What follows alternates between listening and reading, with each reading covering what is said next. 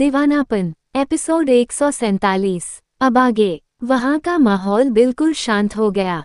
जन्नत धम से नीचे जा गिरी थी। उसके हाथ ऑटोमेटिक अपने गाल पर चले गए और उसकी आंखों से आंसू निकल आए। इस वक्त रिधान गुस्से से बिल्कुल कांप रहा था। उसकी आंखें लाल हो चुकी थी और वो अभी भी जन्नत को देख रहा था। इधर जन्नत का दिमाग जैसे ब्लैंक हो गया था। उसे उम्मीद नहीं थी कि रिधान उसे कभी ऐसे थप्पड़ मारेगा। जन्नत ने अपना थकता का, लेकिन तभी रिधान गुस्से के साथ नीचे झुका और उसके बालों को पीछे से पकड़कर बोला, क्या कहा तुमने? मैं किसी और के साथ सोकर आ रहा हूँ। जन्नत ने बहुत ही ज्यादा डरते हुए कहा, रिधान। रिधान गुस्से से चिल्लाते हुए बोल, शट अप। मेरा नाम भी मत लो वरना तुम्हारी जुबान खींच लूंगा। You know what? मैं सब कुछ बर्दाश्त कर सकता हूँ, पर अपने कैरेक्टर पर ऐसे उंगली बर्दाश्त नहीं कर सकता। तुमने मेरे कैरेक्टर पर उंगली उठाकर बहुत बड़ी गलती की है। तुम्हें ऐसा नहीं करना चाहिए था। ये सुनते ही अब जन्नत को और भी ज्यादा डर लगने लगा। वो तुरंत अपने कदम पीछे लेते हुए बोली, Ridhan. I am so sorry. मैं वो। लेकिन तभी रिधान ने गुस्से के साथ उसे बाजू से पकड़ा और उसे खींचते हुए कमरे की तरफ लेकर जाने लगा। ये देखकर जन्नत और भी ज्यादा डर गई। वो डरते हुए बोली, प्लीज रिधान छोड़िए, मुझे छोड़ दीजिए, मुझे यहाँ नहीं रहना, मुझे आपसे डर लग रहा है, रिधान प्लीज छोड़िए। जन्नत लगातार रोती रही लेकिन रिधान उसे गुस्से के साथ बेड पर पटक दिया और अपने शर्ट को निकालते हुए बोला, तुम्हें लगता है मैं किसी और लड़की के साथ सोकर आ रहा हूँ ना? तो ठीक है, अब मैं तुम्हारे साथ भी सोऊंगा। तुम्हें आखिर पता चलना चाहिए कि मेरी बॉडी में किसी और लड़की की स्मेल कैसे आती है। ये सुनते ही जन्नत की आंखें बिल्कुल बड़ी हो गई। उसने बेडशीट को कसकर पकड़ लिया और हकलाते हुए बोली, नहीं, मुझे कुछ नहीं जानना, मुझे कुछ भी नहीं जानना, प्लीज मुझे छोड़ दीजिए, मुझे कुछ नहीं जानना रिधान। लेकिन रिधान गुस्से से उसके तरफ बढ़ा और उसे गर्दन से कसकर पकड़कर बोला, तुम्हें जानना पड़ेगा। ए वाइफी, क्योंकि तुमने रिधान सूर्यवंशी के कैरेक्टर पर सवाल उठाया है। आखिर रिधान सूर्यवंशी इतनी आसानी से तुम्हें कैसे जाने दे सकता है? ये कहते हुए उसने उसके गर्दन को पकड़ा और उसके होठों को जबरदस्ती चूमने लगा।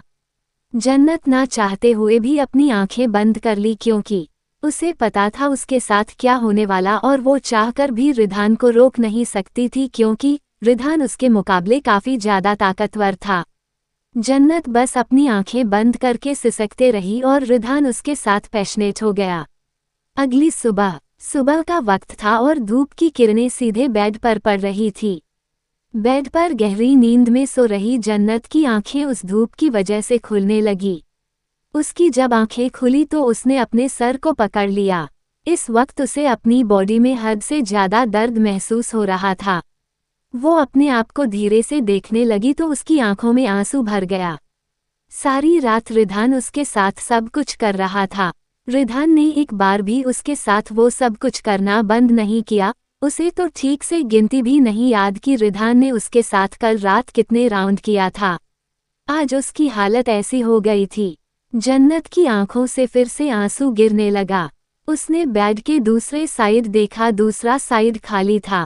जन्नत ने कड़वी आवाज में कहा, तो इसका मतलब रिधान ने मेरे साथ वो सब कुछ किया और मुझे छोड़कर चले गए। आखिर क्या गलत कह दिया था मैंने? जो मैंने अपनी आंखों से देखा था वही कहा था। ये कहते हुए उसने धीरे से अपने चेहरे को टच किया। उसे लगा कि थप्पड़ की वजह से उसके चेहरे पर दर्द होगा, पर उसके चेहरे पर दर्द नहीं था। उसे कुछ चिपचिपा सा महसूस हुआ। उसने अपनी उंगलियों को देखा तो एक पल के लिए हैरान हो गई और धीरे से बोली, ऑइंटमेंट। मेरे चेहरे पर ऑइंटमेंट किसने लगाया? कहीं रिधान ने तो? ये सोचते ही जन्नत की आंखों में फिर से आंसू भर गया। उसने सिसकते हुए कहा, पहले तकलीफ देते हैं फिर मरहम लगाते हैं। ऐसे प्यार को मैं क्या नाम दूं? नहीं चाहिए मुझे आपका ऐसा प्यार। आपने मुझे तकलीफ दिया और इस तकलीफ के लिए मैं आपको माफ नहीं करूंगी। ये कहते हुए वो धीरे से बेड से उठी, लेकिन वो लड़खड़ा गई। उसके कदम अपनी जगह जम से गए। वो धीरे से बोली, मैं तो ठीक से चल भी नहीं पा रही हूँ। मुझे पेन किलर लेना ही पड़ेगा, वरना मैं नीचे भी जाने लायक नहीं बचूंगी। ये कहते हुए वो किसी तरह अपने लड़खड़ाते कदमों के साथ सीधे वॉशरूम में चली गई। इधर दूसरी तरफ सूर्यवंश आई इंडस्ट्रीज बोर्ड मीटिंग में वहां का माहौल काफी ज्यादा गर्म था। असिस्टेंट प्रोजेक्टर पर कुछ समझा रहा था। वहां मौजूद सभी अपना सिर झुकाए नोट्स में कुछ लिख रहे थे और रिधान सख्त एक्सप्रेशन के साथ बैठा हुआ था। कुछ ही देर में वो पूरी मीटिंग खत्म हुई। रिधान बिना कुछ कहे अपनी जगह से उठा और वहां से बाहर निकल गया। लेकिन पीछे असिस्टेंट ने सभी से कहा, मैं आप सबको पहले ही बता देता हूं कि आज सर का मूड बिल्कुल भी अच्छा नहीं है, इसलिए प्लीज कोई भी गलती मत कीजिएगा, वरना इसकी जिम्मेदार आप सब होंगे। ये सुनकर सभी ने तुरंत अपना सर हिला दिया और असिस्टेंट रिधान के पीछे चला गया। रिधान केबिन के अंदर आया और वो अपने टाई की नोट को ढीली कर अपने शर्ट की 3 बटन खोलकर सीधे किंग साइज चेयर पर लीन होकर बैठ गया।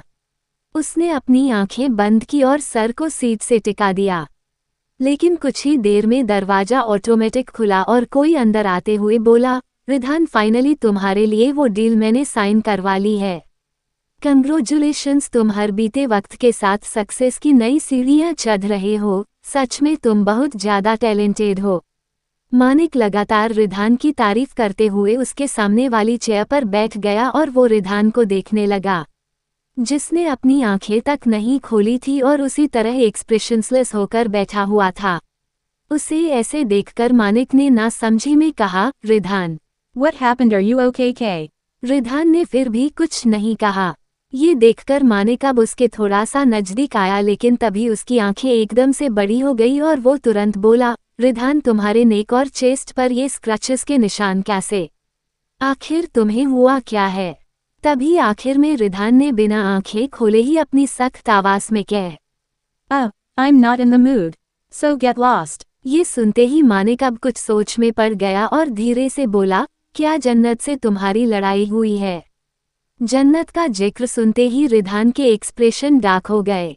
उसने गुस्से के साथ अपनी आंखें खोली और बोला, मेरे सामने उस लड़की का अभी नाम मत लेना, और क्या तुम्हें समझ नहीं आया? मैं अभी बात करने के मूड में नहीं हूँ। So get lost. ये सुनकर अब मानिक को सब समझ आ गया। वो उसे काफी ध्यान से देखने लगा और वापस से उसकी नज़र उसके नेक और चेस्ट पर चली गई। शायद नाखूनों के काफी ज्यादा निशान थे। उन्हें देखकर साफ साफ पता चल सकता था कि वो कोई प्यार वाले निशान नहीं थे, बल्कि जैसे कोई उसे रोकने की कोशिश कर रहा हो, इसलिए ऐसे निशान आए हो। मानिक एक डॉक्टर था और उसे हर एक चीज के बारे में काफी डिटेल में पता था। वो रिधान को कुछ पल तक देखता रहा और फिर आखिर में बोला, क्या तुमने कल उसके साथ फोर्सफुली रिलेशन बनाया है? रिधान ने गुस्से के साथ लैपटॉप ऑन करते हुए कहा, गेट आउट। मानिक ने दूसरे पल गुस्से के साथ कहा, रिधान तुम ऐसा कैसे कर सकते हो? तुम उसके साथ फोर्सफुली रिलेशन कैसे बना सकते हो? You know what? मैंने कभी नहीं सोचा था कि तुम उसके साथ ऐसा करोगे। अगर तुम दोनों के बीच प्रॉब्लम्स है तो उसे शांति से भी सुलझाया जा सकता है, ना कि उसके साथ फोर्स करके। ये सुनते ही रिधान अब गुस्से के साथ बोला, मुझ पर इल्जाम लगाती है। उसे लगता है कि मैं उसके अलावा किसी और लड़की से अफेयर चला रहा हूं और I can't tolerate that. ये सुनकर मानिक हैरानी से बोला, तो क्या इस मैटर को लेकर तुम दोनों के बीच लड़ाई हुई? मुझे तो यकीन नहीं हो रहा है, लेकिन कुछ भी हो रिधान, वो अभी बच्ची है, उसके अंदर इतनी समझदारी नहीं है। तुम उससे काफी ज्यादा बड़े और मैच्योर हो, तुम्हें उसे समझना चाहिए, ना कि उसके साथ ऐसे फोर्सफुली बिहेव करना चाहिए। जब तुम्हारा नेक पर और चेस्ट पर ऐसे निशान है तो मैं सोच नहीं सकता उस बेचारी के गर्दन और गले पर कैसे निशान होंगे। उस बेचारी की तो हालात ही खराब हो गई होगी। तुमने उसे पेन किलर दिया भी या नहीं? रिधान ने बिना किसी भाव के साथ कहा, इतनी समझदार है वो कि खुद से ले सकती है। मानिक अपने सिर पर हाथ रखकर बोला, रिधान तुम भी कभी कभी बच्चों जैसा बिहेव करते हो। OL. तुम्हें उससे एग्जैक्टली वजह पूछनी चाहिए थी। तुमने तो उसके साथ फोर्सफुली रिलेशन ही बना लिया। I think it's not right. Please I request you next time से ऐसा मत करन। As a डॉक्टर, मैं इसके सख्त खिलाफ हूँ और वैसे भी तुम्हें अच्छे से पता है कि जन्नत को इंटरनल प्रॉब्लम्स है और अगर तुम इस कंडीशन में भी उसके साथ फोर्सफुली बिहेव करोगे तो आगे चलकर उसे और भी ज़्यादा प्रॉब्लम होगी। ये सुनकर गुस्से के साथ रिधान ने कहा, मुझे समझाना बंद करो। मुझे सब अच्छे से पता है, लेकिन वो लड़की मेरी बात कभी सुनने को तैयार नहीं होती, बेवजह मुझ पर इल्जाम लगाती है और फिर मैं अपने गुस्से को कंट्रोल नहीं कर पाता। ये सुनकर मानिक ने गहरी सांस लेकर कहा, देखो, मुझे अच्छे से पता है तुम अपने गुस्से को कंट्रोल नहीं कर पाते, पर तुम उससे प्यार करते हो। प्यार में जबरदस्ती ठीक नहीं है, फोर्सफुली रिलेशन बनाना और भी ज्यादा गलत है। I hope. तुम मेरी बात समझ गए होंगे और नेक्स्ट टाइम से ऐसा कुछ नहीं करोगे। रिधान ने इसके जवाब में कुछ नहीं कहा। मानिक अपनी जगह से उठकर बोला, और हाँ, तुमने जो डीएनए टेस्ट रिपोर्ट रेडी करवाने के लिए कहा था, वो कल तक रेडी हो जाएगा, तो क्या तुमने सोच लिया है अब तुम ऐसा ही करने वाले हो? ये सुनकर अब रिधान ने सीरियस होते हुए कहा, पूरी रिपोर्ट मुझे जल्द से जल्द चाहिए, क्योंकि मेरे पास वक्त नहीं है और जहां बात रही ऐसा करने की, तो यह सब सच सामने लाने का वक्त आ गया है, क्योंकि उसे मोहरा बनाया जा रहा है और मैं उसे अब मोहरा बनते हुए नहीं देख सकता। ये सुनकर मानिक ने सीरियस होते हुए कहा, लेकिन तुम उसे ये सब कुछ कैसे समझाओगे? वो उन पर यकीन करती है, उसे लगता है कि उनके लिए वो अच्छे हैं और तुम गलत। रिधान ने गहरी सांस लेकर कहा, It's none of your business. मुझे पता है मुझे अपनी बिगड़ी हुई बहन को कैसे लाइन पर लाना है। Now you out. ये सुनकर मानिक के मुंह बनाते हुए कहा, ओके फाइन, जा रहा हूँ, मेरी तो कोई इज्जत ही नहीं है। ये कहकर वो वहां से चला गया। इधर रिधान ने एक नज़र डेस्क पर रखी जन्नत की फोटो फ्रेम को देखा। वो फोटो फ्रेम जन्नत के बचपन की फोटो की थी, जिसमें उसने अपने मुंह में लॉलीपॉप डाल रखा था और एक पिंक कलर की फ्रॉक पहने खड़ी स्माइल करके पोज दे रही थी। रिधान उस फोटो को कुछ पल तक देखता रहा और फिर धीरे से उस पर हाथ फेरते हुए बोला, क्यों मुझे गुस्सा दिलाती हो? क्यों मजबूर करती हो कि मैं तुम्हारे साथ ऐसा करूं? मैंने तुम्हें पहले ही बताया था कि मैं गुस्से में पागल हो जाता हूं। कभी गलती से भी मुझे गुस्सा मत दिलाना और ना ही मेरे पीठ पीछे कोई ऐसा काम करना जिससे तुम्हें प्रॉब्लम हो, लेकिन तुम हमेशा मेरे खिलाफ जाकर हर एक काम करती हो। ये कहते हुए उसने अपनी आंखें बंद की और फिर अपना फ़ोन उठाते हुए बोला, मुझे पता है तुम बहुत नाराज होगी और मैं ये भी जानता हूँ कि मुझे तुम्हें कैसे वापस मानना है। ये कहते हुए उसने किसी के पास कॉल डायल किया। इधर सूर्यवंशी पैलेस में, जन्नत बेटा, ये कैसी हालत बना रखी है तुमने? Oh my God. कल तक तुम ठीक थी, पर अभी इतनी कमज़ोर क्यों लग रही हो? तुम्हारा चेहरा भी पिला पड़ा है और अरे नहीं, तुम्हें तो फीवर भी है। ये सब क्या हो गया एक ही रात में? भावना ने बहुत ही हैरानी के साथ जन्नत को सोफे पर बिठाते हुए कहा। जन्नत जो कुछ ही देर में रेडी होकर नीचे आई थी, लेकिन अचानक से भावना की ये बातें सुनकर वो थोड़ी सी हड़बड़ा सी गई थी। उसे समझ नहीं आ रहा था कि आखिर वो भावना से बताया तो क्या बताए। तभी भावना ने परेशान होकर उसके चेहरे को छूते हुए कहा, बेटा क्या बात है? तुम कल से बहुत ही ज़्यादा अजीब बिहेव कर रही हो और अब तो तुम्हारी ऐसी हालत है कि मैं समझ नहीं पा रही हूँ। जन्नत की आंखों में आंसू आ गया। उसने अपना सर नीचे झुका लिया और धीरे से बोल, Mom. मैं ठीक हूँ। तभी भावना ने कहा, नहीं बेटा, तुम ठीक नहीं लग रही हो। बताओ क्या बात है? क्या रिधान ने कुछ किया है? ये सुनते ही अब जन्नत खुद को रोक नहीं पाई और वो सिसक सिसक कर रोने लगी। उसे रोते देख भावना को समझने में देर नहीं लगी कि आखिर बात क्या थी। वो तुरंत हैरानी के साथ उसे अपने सीने से लगा ली और उसके सर को सहलाते हुए बोली, शांत हो जाओ, प्लीज शांत हो जाओ, मुझे यकीन नहीं हो रहा मेरा बेटा ऐसा शैतान बन सकता है। उसने मेरी फूल से बेटी के साथ क्या क्या कर दिया है। उसे घर आने दो, मैं उसे माफ़ नहीं करूंगी, उसे इसका जवाब देना ही पड़ेगा। तभी जन्नत ने अपने आप को संभालते हुए कहा, नहीं, इसकी कोई ज़रूरत नहीं है। Mom. मैं नहीं चाहती मेरी वजह से आप दोनों के बीच कोई भी प्रॉब्लम हो। भावना ने गुस्से के साथ कहा, ये हम दोनों के बीच क्या लगा रखा है तुमने? वो मेरा बेटा है, तुम मेरी बेटी हो और अब तू मेरी बहू भी बन चुकी हो, मेरा दो रिश्ता है तुम्हारे साथ। L. मैं उसे माफ नहीं करूँगी, वो तुम्हारे साथ ऐसा बिहेव नहीं कर सकता। तुम उसकी बीवी हो, उसका हक बनता है तुम्हारे करीब आने का, पर ऐसे जबरदस्ती करीब आने का बिल्कुल भी नहीं, इसलिए तुम चुप हो जाओ, मैं सब कुछ संभाल लूंगी। ये कहकर उसने उसके माथे पर किस किया तो जन्नत उसके सीने से लग गई। एपिसोड 148। अब आगे। इधर दूसरी तरफ अपार्टमेंट में अनु इस वक्त सोफे पर बैठी हुई थी। उसके दिमाग में बहुत सारी बातें चल रही थी, पर तभी A doorbell. बज गया। ये सुनकर अनु ने खुद से कहा, कहीं जन्नत वापस तो नहीं आ गई। कहते हुए वो सीधे डोर की तरफ गई। उसने डोर ओपन किया तो सामने खड़े वैभव को देखकर वो एक पल के लिए हैरान हो गई, लेकिन दूसरे ही पल गुस्से के साथ बोली, तुम यहाँ क्या कर रहे हो?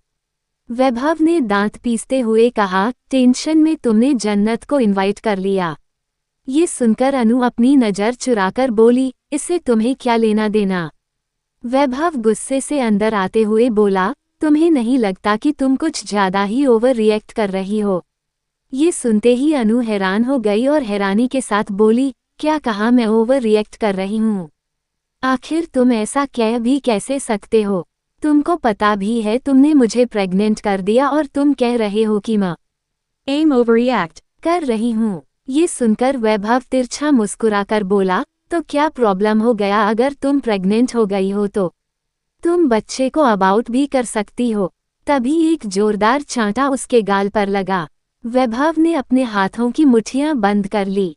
उसकी आंखें गुस्से से बेहद लाल हो गई। तो वही अनु भी गुस्से से कांपते हुए बोली, गलती से भी दोबारा ऐसी बात मत कहना, वरना मुझसे बुरा कोई नहीं होगा। तुम्हारे लिए ये नॉर्मल सी बात होगी पर मेरे लिए नहीं। जिंदगी में पहली बार कोई मेरे करीब आया था, वो इतने करीब जिसने मुझे प्रेग्नेंट तक कर दिया और ये बच्चा मुझसे जुड़ चुका है। इसे अबाउट करने के बारे में मैं सपने में भी नहीं सोच सकती, लेकिन हाँ तुम फिक्र मत करो, फ्यूचर में कभी इस बच्चे की शक्ल भी तुम नहीं देख पाओगे।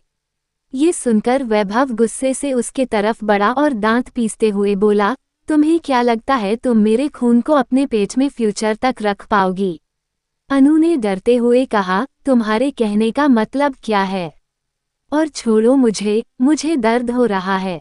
लेकिन वैभव ने उसे सोफे पर फेंकते हुए कहा, मेरे कहने का मतलब साफ है, ये बच्चा फ्यूचर तक रहने ही नहीं वाला, बहुत जल्द इसे मैं अबाउट करवा दूंगा। ये सुनते ही अनु की आंखें बिल्कुल बड़ी हो गई। उसने तुरंत शॉक होकर कहा, क्या कहा तुम मेरे बच्चे का Oh abort. करवाओगे, वो भी बिना मुझसे पूछे? तुम ऐसा कुछ भी नहीं कर पाओगे। वैभव उसके करीब आते हुए बोला, मैं बहुत कुछ कर सकता हूँ, बस अभी मैं दिखाता नहीं हूँ, लेकिन फिलहाल के लिए तुमने जो थप्पड़ मारा है उसकी सजा तो तुम्हें मिलेगी। ये सुनकर अनु अभी कुछ रिएक्ट कर पाती उससे पहले ही वैभव उसके ऊपर आ गया। ये देखकर अनु ने तुरंत घबराते हुए कहा, वैभव ये क्या कर रहे हो तुम? छोड़ो मुझे, तुम ऐसा नहीं कर सकते, ये जबरदस्ती है, छोड़ो मुझे। लेकिन वैभव ने उसकी एक बात नहीं सुनी। वो गुस्से के साथ उसके होठों को अपने होठों में ले लिया। गुस्सा उसके दिमाग पर पूरी तरह हावी हो गया था। उसके दिमाग में रह रहकर थप्पड़ की आवाज आ रही थी और वो उसके साथ पूरी तरह से वाइल्ड और पैशनेट हो गया। उस लिविंग एरिया में बस अब अनु के सिसकने की आवाज ही गूंज रही थी। इधर दूसरी तरफ शाम का वक्त, सूर्यवंशी पैलेस में जन्नत इस वक्त टेरेस पर थी। वो कॉफी पीते हुए टेरेस पर घूम रही थी। इस वक्त उसके दिमाग में बहुत कुछ चल रहा था, पर वो खुद को शांत करने की कोशिश कर रही थी। पर तभी पीछे से आवाज आई, मैं तुम्हें पूरे घर में ढूंढ रहा हूँ और तुम यहाँ पर हो। रिधान की आवाज सुनते ही जन्नत की पकड़ उसके मग पर बिल्कुल काश गई, लेकिन वो बिना रिधान की तरफ देखे बोली, आप मुझे किस लिए ढूंढ रहे थे? रिधान उसके तरफ आया और उसे पीछे से अपनी बाहों में भरते हुए बोला, एक हस्बैंड अपनी बीवी को किस लिए ढूंढ सकता है? ये सुनकर जन्नत ने सार्कास्टिक होकर कहा, थप्पड़ मारने के लिए या फिर सोने के लिए? ये सुनते रिधान के एक्सप्रेशन डार्क हो गए। उसने गुस्से से उसे अपनी तरफ घुमाया और बोला, तुम इतनी सार्कास्टिक क्यों हो रही हो? जन्नत ने फिर से सार्कास्टिक होकर कहा, आप मुझे थप्पड़ मार सकते हैं, मेरे साथ जबरदस्ती कर सकते हैं और मैं आपके साथ सार्कास्टिक भी नहीं हो सकती। वाह, क्या रोल है रिधान सूर्यवंशी आपका? ये सुनकर रिधान ने गुस्से के साथ कह, A. Listen. तुमने गलती की थी इसलिए मैंने तुम्हारे साथ वो सब कुछ किया। ये सुनते ही अब जन्नत ने गुस्से से उस मग को जमीन पर फेंक दिया। रिधान की आंखें छोटी हो गई। जन्नत ने दांत पीसते हुए कहा, आपसे भी तो गलतियां होती है, मैं आपके साथ क्या करूं? क्या आपके साथ भी मैं इस तरह की जबरदस्ती करूं जिस तरह आपने किया है? वैसे आप लड़की नहीं हैं न, इसलिए एक लड़की का दर्द कभी नहीं समझ सकते, लेकिन मैं भगवान से यही मांगती हूँ कि जब अगला जन्म मिले तो मैं लड़का बनूं और आप लड़की, और जब मैं फिर आपके साथ ये सब कुछ करूंगी तब आपको एहसास होगा कि इन सब से कितनी तकलीफ होती है। You are hurting me, Ridhan. ये सब सुनते ही रिधान ने उसे कसकर अपने सीने से लगा लिया। जन्नत की आंखों से फिर से आंसू गिरने लगे। वो रिधान को खुद से दूर धक्का देते हुए बोल, Don't touch me. मुझे छूने की कोशिश भी मत कीजिए, इस वक्त मुझे आपकी कोई बात नहीं सुननी। अभी के अभी यहाँ से चले जाइए। लेकिन रिधान ने उसे वापस से अपने सीने से लगाकर कह, I am so sorry. ये सुनकर जन्नत और भी ज्यादा भड़क गई। उसने वापस से रिधान को धक्का दिया और गुस्से से चिल्लाई, नहीं चाहिए मुझे आपकी कोई सॉरी। I sorry. अपने पास रखिए, और मैंने कह दिया ना, मुझे आपकी शक्ल नहीं देखनी तो आपको समझ क्यों नहीं आता? चले जाइए यहाँ से। ये कहकर वो रेलिंग को पकड़कर खड़ी हो गई। रिधान उसे कुछ पल तक गहरी सांस लेकर देखा और फिर बोला, तुमने मुझ पर शक किया और मैं खुद के ऊपर शक बर्दाश्त नहीं कर सकता। ये सुनकर जन्नत ने फिर से दर्द भरी स्माइल के साथ कह, Oh really? तो आप भी तो मुझ पर शक करते हैं। मैं आपके साथ क्या करूं? क्या मैं उसकी वजह से आपको छोड़ दूं? या फिर कहीं और चली जाऊं? ये सुनते ही रिधान गुस्से से उसके तरफ आया और बोला, तुम्हारी प्रॉब्लम क्या है? तुम ऐसी बकवास बातें क्यों कर रही हो? जन्नत ने सार्कास्टिक होकर कहा, बकवास बातें नहीं कर रही हूं, बल्कि मैं अभी भी जानना चाहती हूं कि आखिर आप आशी के साथ क्या कर रहे थे। आपको पता था ना कि वो मेरी कब colleagues. रह चुकी थी, तो फिर आप मेरी colleagues. के साथ, मुझे तो कहते हुए भी शर्म आ रही है। आप उसके साथ ऐसे इतना घटिया काम कैसे? लेकिन इसके आगे वो कुछ कह पाती उससे पहले ही रिधान गुस्से से बोल, Just shut up. She is my sister. My real sister got it. ये सुनते ही जन्नत बिल्कुल शॉक हो गई और शौक होकर बोली, क्या क्या आपने? आपको शर्म नहीं आई रिधान एक बहन के रिश्ते का इस तरह मजाक बनाते हुए? आपको क्या लगता है आप मुझसे झूठ बोलेंगे कि वो आपकी बहन है तो मैं मान लूंगी और आपको इतनी आसानी से माफ कर दूंगी? रिधान सूर्यवंशी, कान खोलकर सुन लीजिए, मैं आपको इतनी आसानी से नहीं माफ करने वाली, समझे आप? ये कहकर वो गुस्से से वहां से जाने लगी तो वही रिधान अपनी आंखें छोटी करके बोला, तो क्या मैं तुम MDNA test report. दिखाऊं तब तुम यकीन करोगी कि वाकई वो मेरी बहन है। ये सुनकर एक बार फिर से जन्नत के कदम रुक गए। उसे अपने कान पर यकीन नहीं हुआ। वो वापस से हैरानी के साथ रिधान की तरफ मुड़कर बोली, क्या नहीं, मुझे अभी भी यकीन नहीं है। आप झूठ बोल रहे हैं, आप बस मुझसे बचने की कोशिश कर रहे हैं। तभी रिधान उसके तरफ गुस्से से बोला, लिसन, पहली बात तो मैंने आज तक तुम्हें किसी भी लड़की को लेकर धोखा नहीं दिया, और दूसरी बात वो मेरी बहन है। हम ब्लड रिलेटेड है, क्योंकि तुम्हें बहुत जल्द पता चल जाएगा, क्योंकि कुछ ही दिनों में पूरी दुनिया को भी ये सच पता चलने वाला है।